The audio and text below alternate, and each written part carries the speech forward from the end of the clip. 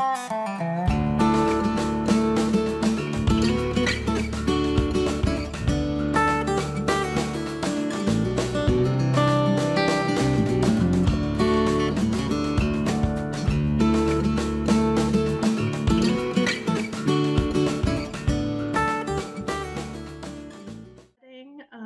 lots of buttercream and sugar cookie. All right, I see all your comments coming in, and it looks like everything is working the way that it should. So let's go ahead and get started.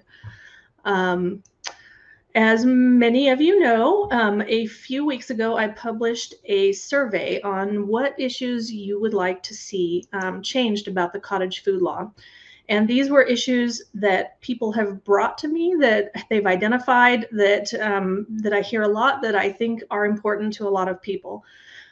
These are just a wish list. There's no legislation pending right now. The legislature's not in session. They won't be in session until January. And in fact, we won't even know who's going to be in the legislature until after the election in November. Every member of the House of Representatives is up for election, and usually about a third of the Senate.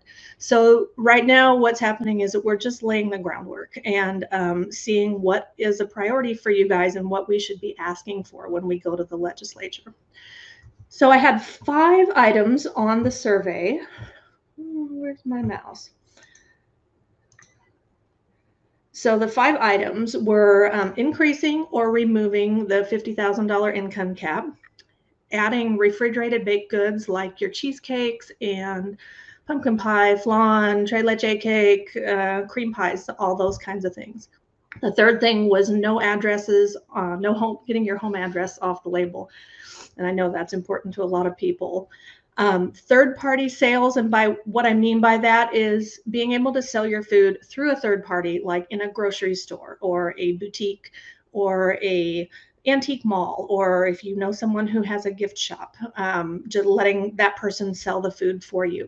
And that's actually being done in a few states right now. They have some requirements like making sure that it has to be on its own separate shelving and identified as, these foods were home produced and not inspected, but it is being done in other states. And the 5th one was in-state shipping without the face-to-face requirement. And so many hundreds of you responded, actually almost 1,000 responses on the survey. And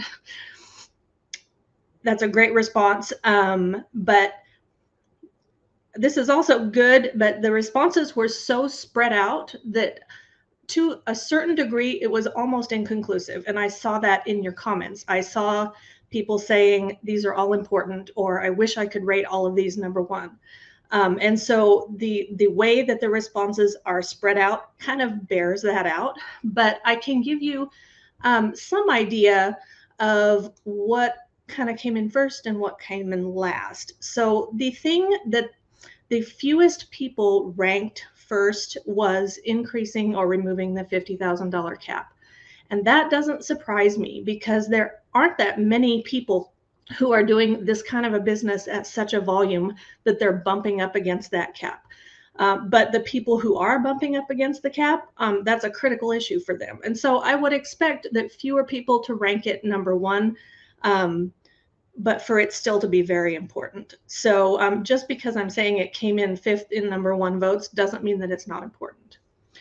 The next 3 that were kind of just tied in the middle, no home address on labels, third-party sales, and in-state shipping without the face-to-face requirement. Those were all just kind of even, actually, as far as the 1st, 2nd, 3rd, 4th, 5th place votes. And the number 1 vote that got the number 1, the most number 1s from you guys was refrigerated baked goods, and that doesn't surprise me either. I know you guys want to make and sell cheesecakes and pumpkin pie and all those kinds of things legally, and I know that it's really maddening when you see people in your community doing it and not suffering any repercussions and not seeming to care that they're doing it illegally. I agree. I think this is something we should be asking for. I think this is something that can be done safely with labeling. We can put a label on it that says this food item must be kept refrigerated.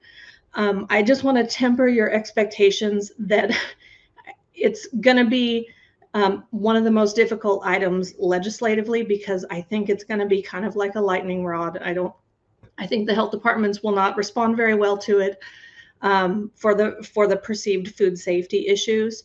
I I tried to get it in the legislation in 2019, and it was deemed just too risky to even put in the bill. So it was in the first draft of the bill, and then it got taken out.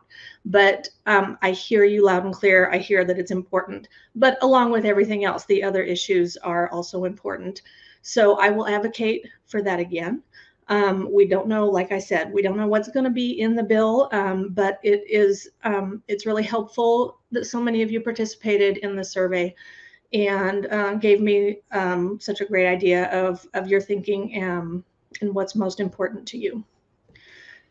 So I got a lot of write-in comments also on the survey, and too many to go through in one live broadcast. And I didn't collect email addresses for your privacy, so I can't respond to people. And on some of them, I really wished that I could. I would read it and go, oh, I want to tell them something. So I hope that some of you guys are watching tonight, and even if they're not, maybe someone out there watching now or later will learn something. So I want to just talk about a few of these. Let's see. Protection from HOA restrictions. Let me know. Do you guys see that on the screen? I don't know. Let me see. Back to the comments. Well, I'm going to assume that it's there on the screen. Protection from HOA restrictions. So as you guys recall, in 2021, that was in the chicken bill, the Home Food Security Act. That said HOAs couldn't restrict a number of things: backyard chickens, front yard gardens. And also we snuck in this little thing about how they couldn't prevent a person from having a cottage food operation. So we are going to go back and try to refile the Home Food Security Bill. And when we do, that same piece for cottage food operators will attempt to have that put in there. It's a better fit in the Home Food Security Bill, because the Home Food Security Bill deals with what HOAs and cities, can't prohibit. And so it just, as subject matter, it fits better there. So that was my mistake for not making that clear. I know that's important to some people. It's very important to some people, and we haven't forgotten it. And it is still in the hopper, and we are going to try to address it again. All right, next. All right, you guys, I put on the survey in-state shipping without the face-to-face requirement, and you guys wrote in by the truckload. Actually, no, I want to ship to anywhere. I know you do, and I understand why that would be great for business, and I understand we all see the Etsy sellers and the eBay sellers. The best information that I have is that the FDA has the authority over interstate sales. And once you ship your food commercially across state lines, the FDA has authority over that food and the kitchen that produced it. And the FDA standards for a commercial kitchen are just that. For a commercial kitchen, they're very similar to food manufacturer standards that we have in Texas. And a home kitchen cannot. I mean, it just can't meet those requirements. And so that is why I said in-state shipping, and you guys saw it right away and caught me. But even though there are some other states who are passing expanded cottage food bills, and they are saying that they are allowing shipping, and some even say you can ship it out of state, the information that I have says that they are granting a power to these people that they actually can't grant. And if you think about it, how can one state like Texas say, oh, and it's okay for you to ship your food to Vermont. That in the structure of our government, that kind of doesn't make sense, especially when we're dealing with an unregulated product like cottage foods. And so that's why I don't think you'll be seeing shipping out of state in any cottage food bill that comes up in Texas. And again, I know that it's maddening to see people doing it anyway, but you know, everybody makes choices about the way they want to run their business. You know, everybody makes choices every day about what laws you want to follow. You know, I know some people do it, and the best thing, my advice really, just keep your head down and focus on your own business, because if you look around at what other people are doing, it's going to drive you insane.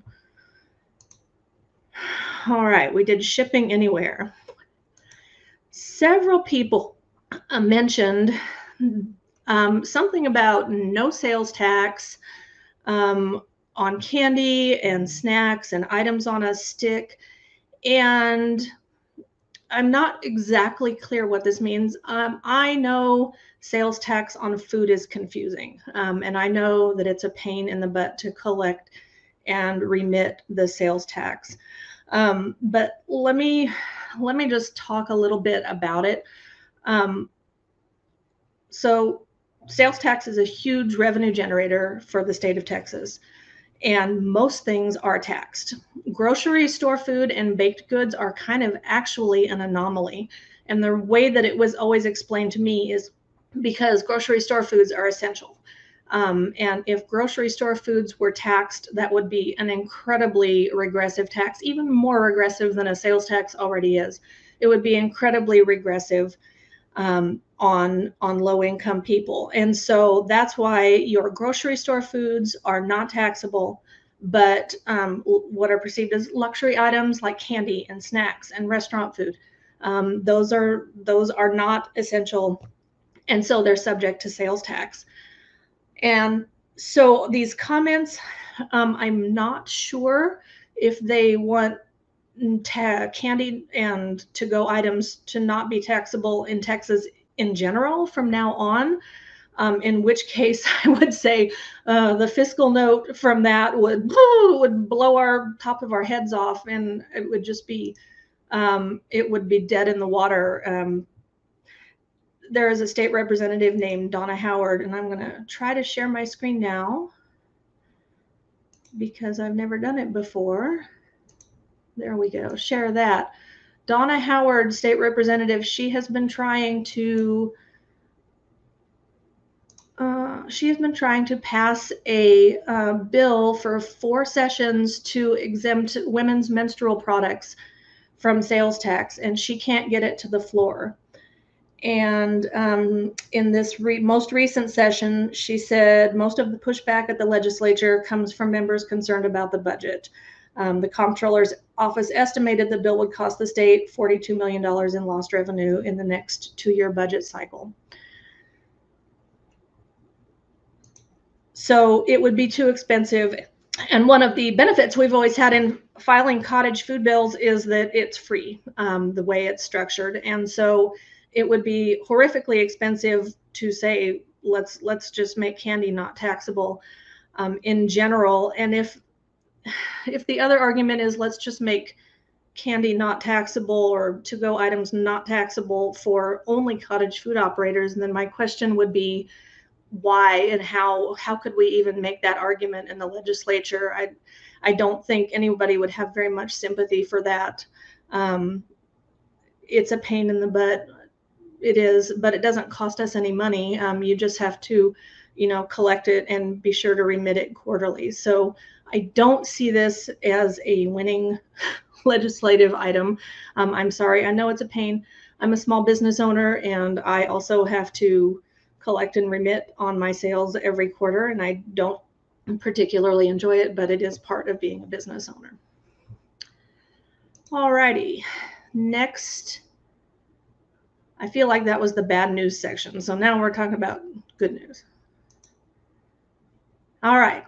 Several people asked for clarification and wanting to allow freeze-dried foods. And so the good news is they are allowed as long as it's not meat. And in fact, dehydrated fruits and vegetables have been allowed since 2013. And freeze drying is just another method of dehydrating. So I am not sure if there's some health department out there that's telling people you can't sell freeze dried foods, but since 2019, the law's been very clear that as long as the food doesn't require time or temperature control for safety, then it's allowed to be sold as a cottage food. So yes on the freeze dried foods. All right, real butter and buttercream. Someone said, I wish I could just use real butter and buttercream. And that's one of the times I wanted to write back and say, you can. Yes. You have always been able to use real butter and buttercream since the very first cottage food law, but it was made explicit in 2013 because back in, but in the period between the first cottage food law passing in 2011 and 2013, some health inspector out there, I woke up feeling cute and thought that he would issue a citation to a cottage food operator for selling a cake that she had used eggs to bake. And he said, well, you can't sell food that requires refrigeration, and I know there's eggs in that cake. So that required us, when we went back in 2013, we wrote into the law a specific portion that says you may use an ingredient that is time or temperature control for safety, as long as your final product is not time and temperature control for safety. I know that there are some states that don't allow butter and buttercream, and that drives me crazy because that is so anti-science. And let me share my screen again because I want to show you something. Let me see. Here we go. I went to ask.usda.gov, and so this is, even on the USDA site, it says butter and margarine are safe at room temperature. So straight from the horse's mouth. Butter is not technically a time and temperature control for safety food, although they do warn that if you leave it at room temperature for several days, the flavor can turn rancid, although it's still not dangerous. So butter and margarine in your buttercream is fine. And let's see, I'm going to stop sharing. If you are truly concerned about your frostings, I do want to direct you to my website, Texas Cottage Food Law, and get the Come and Bake It recipe books that have all kinds of recipes for frosting that have been tested. If you go here, I actually do offer a print version now, although it's a little more, I mean, it's shipping is $9 on the book. But these are great books with a lot of tested recipes.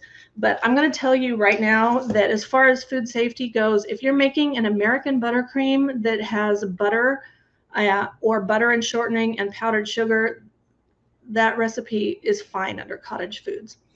Okay? Let's see. I want to go back. I saw there were a couple of questions here that came in. Oh, come on, baby. What about beef broth? Beef broth would not be a cottage food. It's not acidic enough. It doesn't meet the definition. It would require refrigeration. And Melissa says, can you give away candy as long as you don't sell it and just giving it away? You know, there's a fine line. People used to say that about the cottage food law, like, well, I'm not actually selling this cake. I'm selling the box for $50 and the cake is free. So you can do that to a certain degree, but make sure you're not just trying to game the system.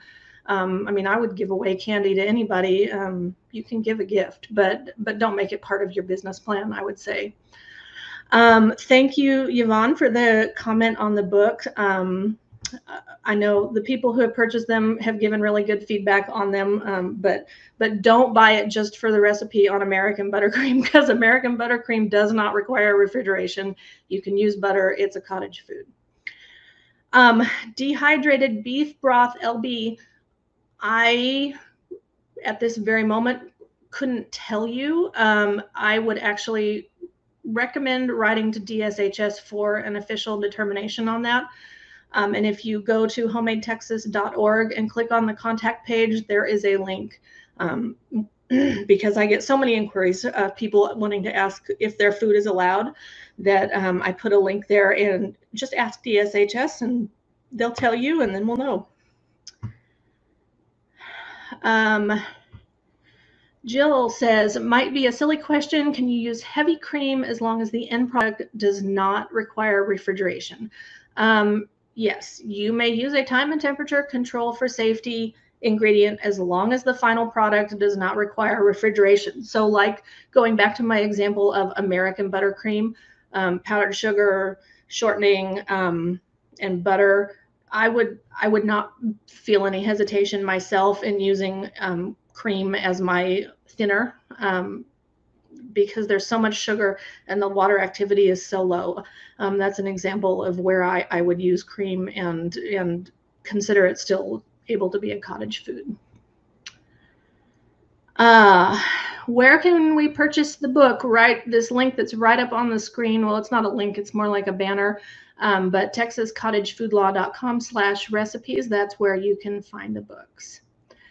Mary Lou, popsicles. Popsicles would not be a cottage food because they require time and temperature control. They have to be kept frozen or they become juice, and then they would start growing mold as the juice. So they're not a cottage food. All right, any more before we move into, is there a special label for bread? No. The only special label is for if you are selling, and this would be more geared toward farmers, but if you are selling whole frozen fruits or vegetables, like if you're a farmer and you had a carrot crop and you needed to preserve that crop and you were selling frozen carrots, you would need to put a statement on the carrots that say, you know, this food must be kept frozen. But other than that, there's no special labels. I want to correct myself. If you're selling, if it's a pickled, fermented, or canned good, you do have to put the batch number on the label. All right. Can we sell bottled water? I'm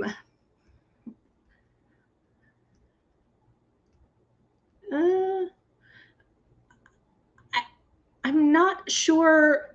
As a cottage food, I mean, that's not something you produce in your kitchen. So I guess you could buy, like if you want to buy a case of water at Costco and resell it, you probably could, although I'm not sure if you would be required to collect sales tax on that. That would be a question for the comptroller. But as far as just reselling bottled water that you purchase, I don't think I see any problems with that. You might want to just double check and ask DSHS, because I want to make sure everybody knows I'm not giving legal advice, and I'm not the final word. So I even go to DSHS sometimes when I'm not sure.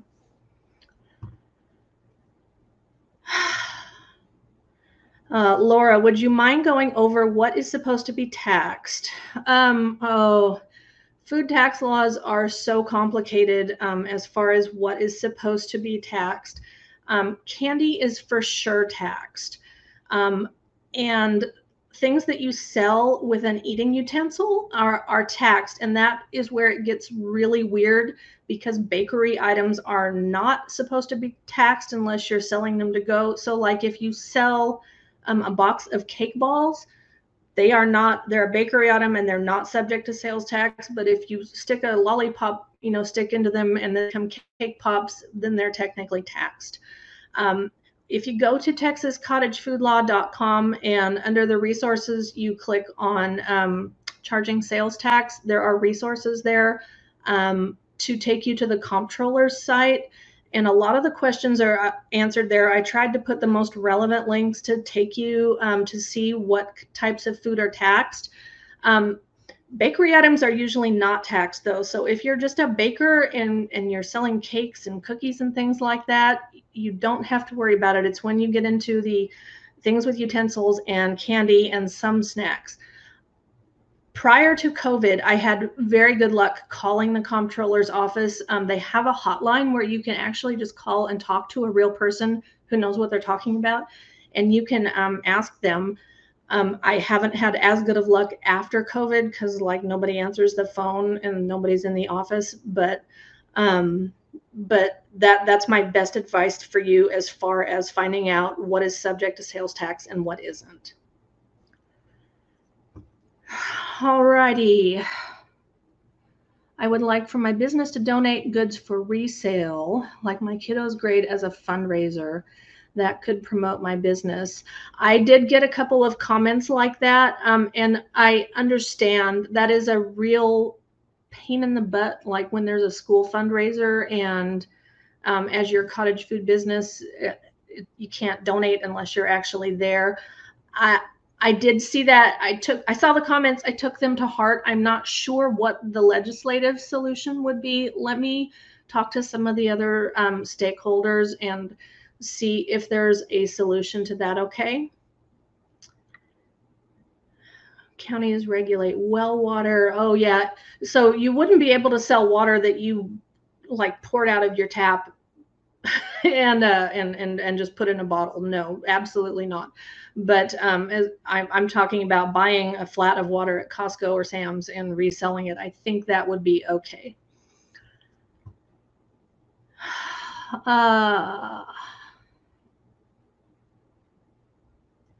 Can I sell cold tea at a farmer's market under the cottage food law? No, there are no beverages in the cottage food law because all beverages need to be kept in temperature control. And I did once ask about what if you canned them, and DSHS responded and said basically no. So just no beverages in the cottage food law. Can you donate gift cards toward your business for fundraising? I don't see any reason why not.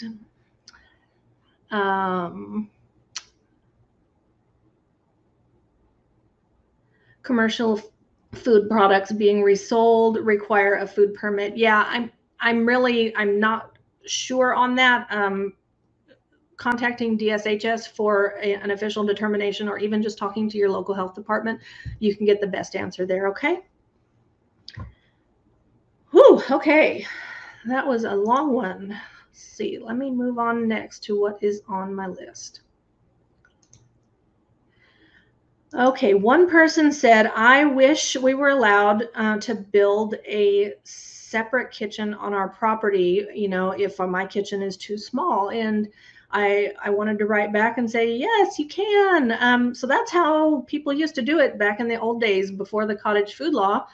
People used to build a second kitchen and get it licensed commercially and have their food business run out of the commercial kitchen on their own property. Now, you could not build a second kitchen on your property and use it for cottage foods and you just couldn't use a second kitchen for cottage foods because the cottage food law says you have to use your primary residence's kitchen as the cottage food operation. So you would need to go full Monty and get it licensed commercially. But if your property and deed restrictions allow that, then go for it. That's a great way to move to the next level without commercial rent. If you can build a commercial kitchen on your property, work with your local health department. Go for it. Is dried bacon allowed inside bread? There's no meat at all. And there were several comments wishing we could allow bacon, and I know bacon is so delicious, but not in cottage food products. If they said no to beverage, wouldn't water fall under beverage? I'm only talking about reselling already bottled water, not anything you process at your home. So this is completely outside the cottage food law. I also wanted to know if a blanket pop-up shop allowance. Melissa, I think I'm going to answer your question in just a second. And if I don't, then post a follow-up to that, okay? Because I think I have something like that coming up. Oh, it was the next one. All right. One person said, remove mobile unit restrictions. Why can't we have a cute mobile unit to meet the public? Yes, you can. Hooray. As of 2019, there are no more location restrictions in the cottage food law. As long as you're there personally selling, or your employee or your family member, you can sell virtually anywhere in the state of Texas. And that includes a mobile unit. And when I say a mobile unit, I don't mean like a food truck where you cook the food in the truck and the truck is licensed. But if you have made the food in your home and you've packaged it and you've labeled it, you can sell it from any kind of a little trailer, as long as there are no local, the word just escaped me, ordinances. There are no local ordinances prohibiting like where you might park your trailer, and be aware that you might be subject, like if the town that you're trying to sell in has like a peddler's permit or something like that, you might be subject to that kind of a permit. But you can get a cute little trailer, take it to farmers markets, take it to festivals, as long as you're still preparing the food at home, packaging and labeling the food at home.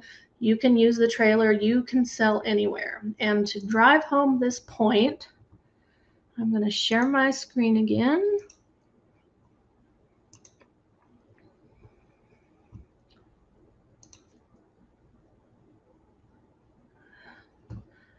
All righty. So after SB 572 passed in 2019, DSHS has to write rules to implement the law. And so these are the rules. This was published December 20th, 2019. And apparently there was a representative, they call them, the representative from San Angelo, Tom Green County Health Department requested clarification, either in rule or guidance, blah, blah, blah, regarding where cottage food operators are now allowed to sell their products. For example, are cottage food operators able to occupy kiosks at the mall or mobile trailers? The commenter does not agree with either scenario and suggests that if the scenarios are allowed, there will be pushback from permitted establishments. And here's a DSH's response. DSHS disagrees and declines to revise the rule based on this comment. The wording of the passage in question is directly from Texas Health and Safety Code, blah, blah, blah, blah. SB 572 removed the previous restrictions on location of sale from the statute and did not add language to prevent a cottage food operator from selling cottage food products from a kiosk at the mall, from a mobile unit, or from another retail location not prohibited by local zoning ordinances. So there it is, straight from the horse's mouth. That is not my interpretation. That is what DSHS says. So you can sell your cottage food directly, and that means you or your employee or your family member almost anywhere in Texas, okay? So Melissa, as far as blanket pop-up shop allowances, you can do a pop-up shop anywhere, as long as there are no local ordinances that prohibit it, or you're complying and you have a permit from the city if they require like a purveyor's permit or a seller's permit or something. Yeah, you can pop up anywhere you have permission to, pretty much. The only kind of exception that I see is like if a restaurant, for say, like offers to let you sell pie like inside the restaurant, that probably wouldn't be allowed, because the health department is not going to want food from an unapproved source, which, you know, is us. That's Cottage Foods. They're not an approved source. So they're not going to want those foods being sold inside a permitted establishment. But other than that, make the food at home, package, label it at home, and you can sell it directly almost anywhere. All right, I have a baker that wants to use my macarons to decorate her cakes. Can I legally sell her a dozen max for that use? So my interpretation would be no, because the cottage food law says you have to sell your food directly to the consumer. Michelle, I assume you're referring to this page from the Texas Register. If you're in the Cottage Food Operators group, there is an image of this posted there, but I will post it also in the comments. All right. All right, Gina, if you own a boutique selling antiques and you are always the one making the sale, can you have your own cottage goods in your shop? Yes, ma'am. Now, the health department might not like this. In fact, I can almost guarantee they won't like this, and you may have to do some education. And what I just shared on the screen, that page from the Texas Register, will help you a lot when you're trying to educate them.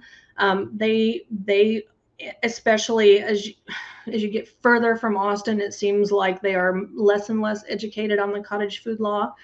And so you may have to educate them on this, and this may sound crazy to them and they may not like it, but this is being done by people everywhere who have a business like a clothing store, where they are there all the time. And yes, you can bring your cottage food in and sell it from a store that you own if you are there, or your employee or your family member. In fact, there are I think it's out in Kingsland, there are a group of cottage food operators who got together, and they actually run like a cottage food market. They rented a space. And they have this market once or twice a week, where all the cottage food operators come and sell their goods. So yeah, no more worrying about whether it's a nonprofit event, or if it counts as a farm stand or anything like that. You can sell your food virtually anywhere as long as you have permission to be there. Christina, is there a recipe in the Come and Bake It book for stable whipped cream? No, there are some, there's like a 7-minute frosting. There's a couple of whipped frostings that tested within the not temperature control for safety, but not stabilized whipped cream. I haven't tried that because I don't think it would pass. All right, so as long as we own the business, you can sell our stuff. Well, it doesn't have to be you who owns the business. I mean, if you have a friend who has a boutique or a gift shop, and she wants to let you, set up your table in the corner, and as long as you're there, you can sell it there. Okay. All righty. Next is someone brought up not having to individually label and package samples at events. So I have been offering this guidance that if you want to get around having to get a sampling permit from the health department, you can portion your food in little sample-sized containers and label them at home and hand them to people for free. And then when you do that, the health department doesn't consider it sampling, because to them, sampling is like food that's like out. It's like under a dome, it's like cheese with toothpicks in it, or it's someone at a wedding cake who's or at a wedding, a bridal fair, and you're cutting cake and you're serving it to the brides. That's what they are thinking of when they consider it samples. And so when you do that, if you're like cutting a cake and serving it to people, that's not in the cottage food law, because the cottage food law says the food has to be packaged and labeled at home. So they are within their rights to charge you for a permit if you want to sample in that manner. And so I have offered the workaround, which is to just package them at home and give them away for free. And in that way, they're not considered samples. And so this person is saying that is double the cost, that is double the time. And I understand that. There is an exception for farmers markets. Sampling is different at farmers markets. And somebody remind me later, I will post a link to the Farm and Ranch Freedom Alliance. They have a page on their website that has the rules for sampling at farmers markets. So you can do the different sampling at farmers markets if you meet a few, follow the rules for that. Some people at different markets, cottage food operators, have actually been able to work with the health inspectors that work those markets, and like the samples still have to be packaged, but like instead of individual labels, they'll have a basket with just a piece of paper that shows the allergens and all the other required information on the labels. And so that saves you the time and expense of having to label every single one. So work with your health inspectors. Some of them will actually work with you.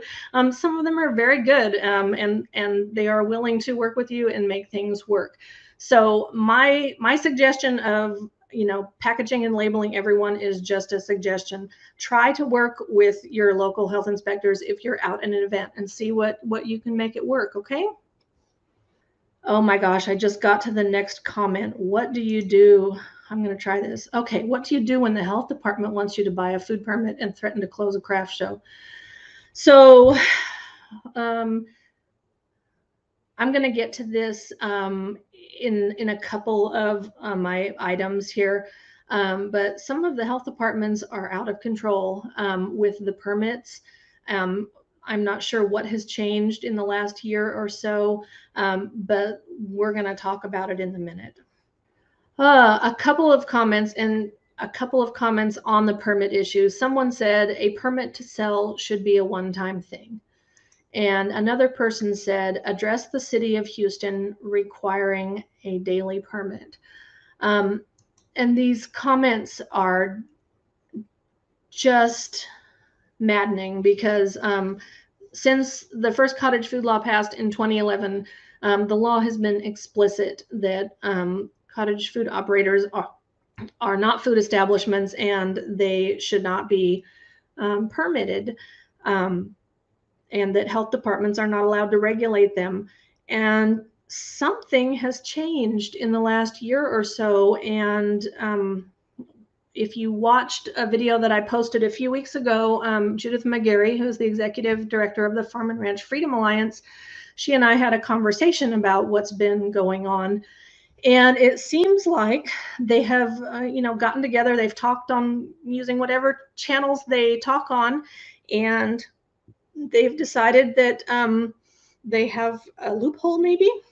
It's hard to tell, but they are starting to require permits of some cottage food operators, even though it's explicit in the law that a cottage food operator is not a food establishment, and a health department may not regulate a cottage food operation. So if you watched that video, we had a couple of suggestions, and the first one is get it in writing. If they are demanding that you purchase a permit, tell them to justify it in writing and ask them on what legal basis do they think that they have the right to charge a permit for the cottage food operator to sell in this particular location. That might make them back off, but some of them just dig in even further. And what's more maddening is that they are trying to require cottage food operators to purchase a temporary food establishment permit, and saying things like, well, just don't pay attention to where it says food establishment, but yes, you have to buy this permit, when a cottage food operator is not a food establishment. So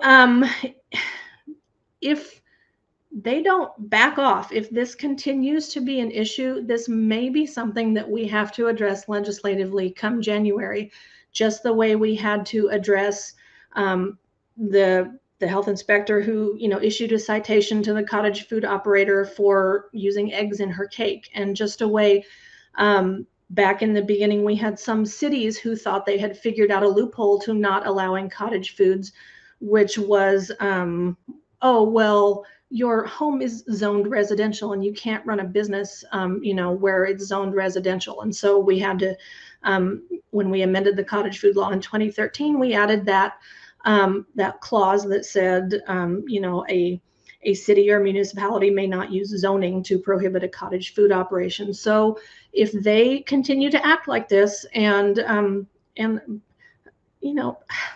abuse cottage food operators this way, then we'll just have to go to the legislature and ask for help that way. Okay.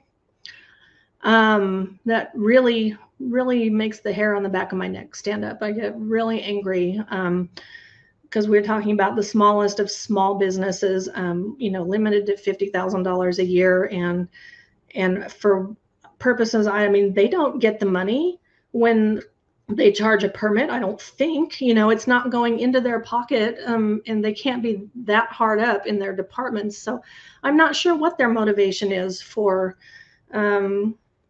suddenly demanding permits from these cottage food operators. And what they do is it on a couple of these stories that have been brought to me, it tends to be like a two-pronged attack, because first they say, you can't sell salsa at this farmer's market. Salsa is not allowed as a cottage food. And they put this person through, just agony, making them prove that they are allowed to sell salsa at the farmer's market. And so after they give in and go, oh, well, okay, you can sell the salsa, but now you have to buy this permit. And I was working with one person who was just so exhausted after the first battle and so happy to finally be allowed to sell the salsa. She was like, whatever, I'll just pay the permit. And that's what they're hoping for. Permit. Yes, it's awful. And like I said, if they continue, this will have to be solved legislatively. There's no way around it. And who knows what's changed. As Judith and I talked about in our video, the harassment didn't start this way. It started with weird petty stuff like eggs in the cake. It's only been in the last year they've somehow decided that they can require permits. What other towns? Houston, Galveston, off the top of my head. Houston, Galveston, and Mansfield, those are the ones I can think of. And if any of you are experiencing that, post it in the comments. Angleton,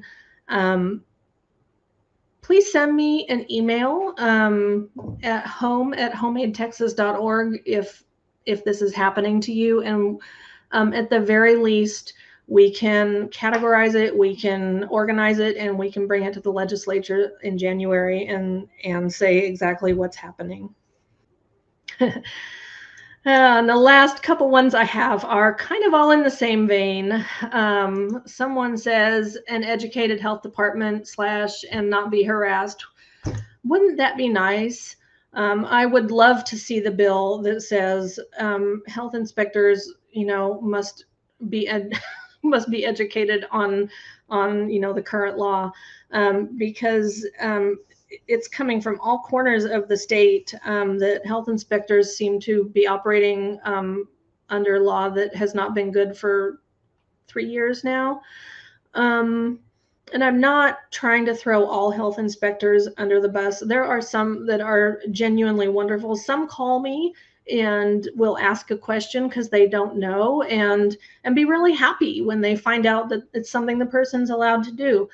But in general, the level of antipathy and enmity toward cottage food operators hasn't gotten less. And we've been in legal cottage food territory since 2011, and sometimes it almost seems like it's getting worse. So I don't know what's going on, but yeah, that would be an interesting bill to pass and say that you all have to do your job correctly. Let's see.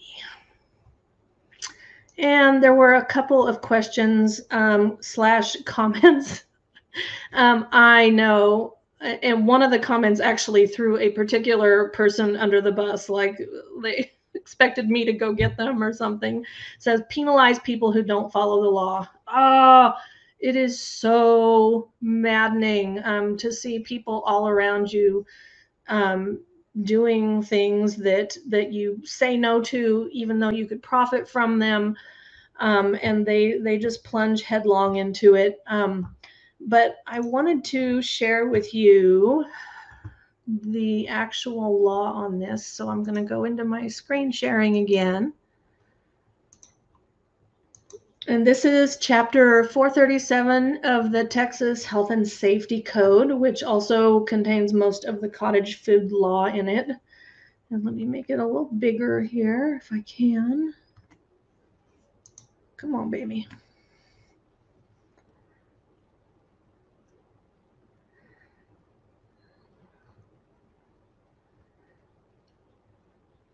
There we go. Section 437.016, criminal penalty, violation of county and public health district permit requirements. A person commits an offense if a person operates a food service establishment, retail food store, mobile food unit, or roadside food vendor without a permit required by the county or public health district in which the entity is operating.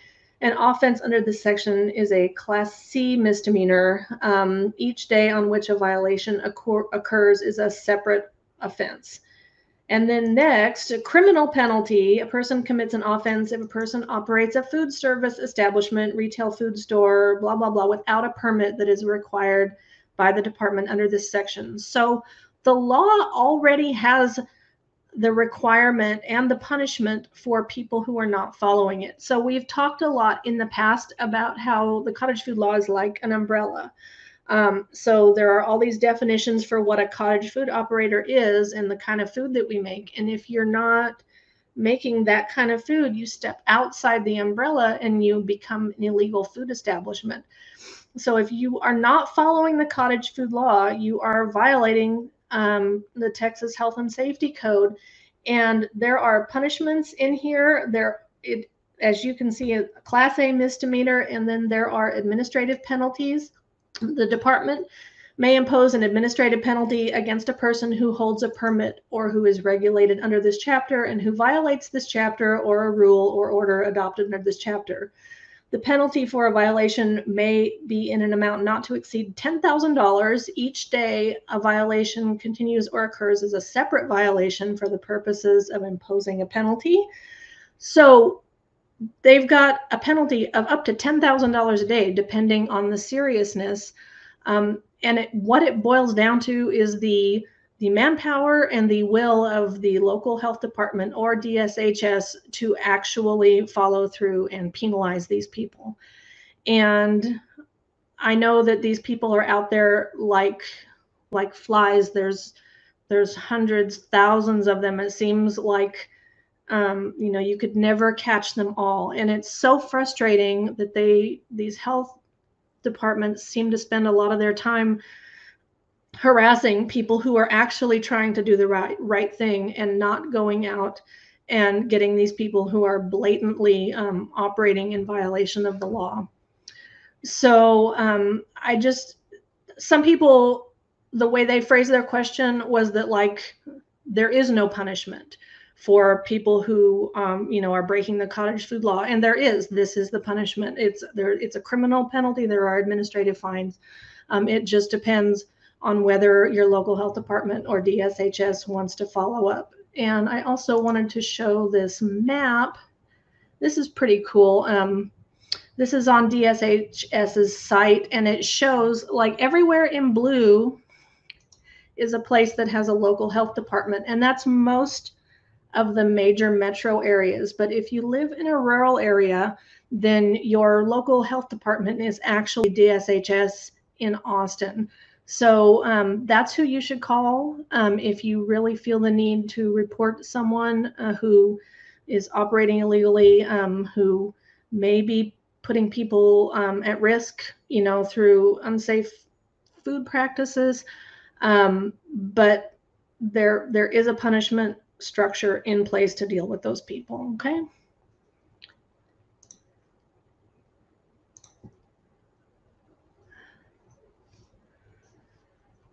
All righty.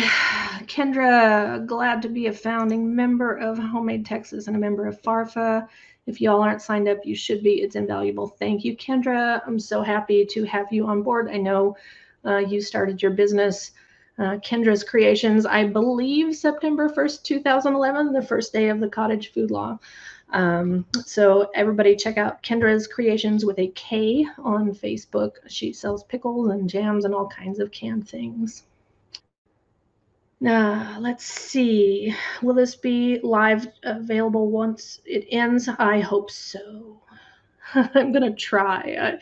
I feel like it's going pretty well. The StreamYard is going pretty well, much better than the Facebook platform. Let's see.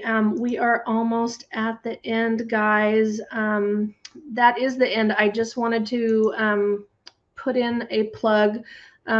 Please consider joining Homemade Texas. Like if you found this educational, we have memberships available. They're very inexpensive. We have low income and general level and a business level. And it's your membership that amplifies your voice when I'm going down to the Capitol and I'm meeting with people and trying to make them understand what our needs are. So let's see, let me share again. So this is homadetexas.org/join. $20 a year, $30 a year, or $70 a year. It's very inexpensive, and I wanted to make sure you guys knew about the brand new guide to the Texas Cottage Food Law that I recently developed, and this is a benefit for all members. And once you join, I will mail this to you in the mail, and this has everything you need to know about the Cottage Food Law. It's small. You can take it with you to farmers markets. So if you are getting questioned, or I hope not harassed, but maybe over sampling, or whether your food is allowed, or whether you even have the right to be there, or what's on your labels, you can just whip it out and say, yes, I can be here. It says so right here.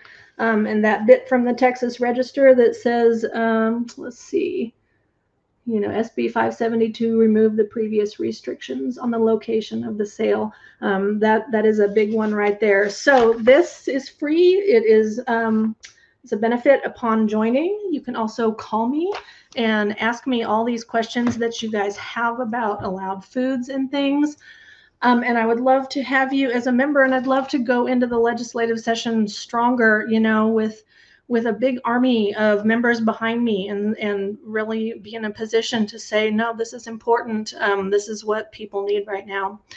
So that's it. Let me see if I have any other questions before we wrap it up. Just about an hour. Oh, so almost perfect.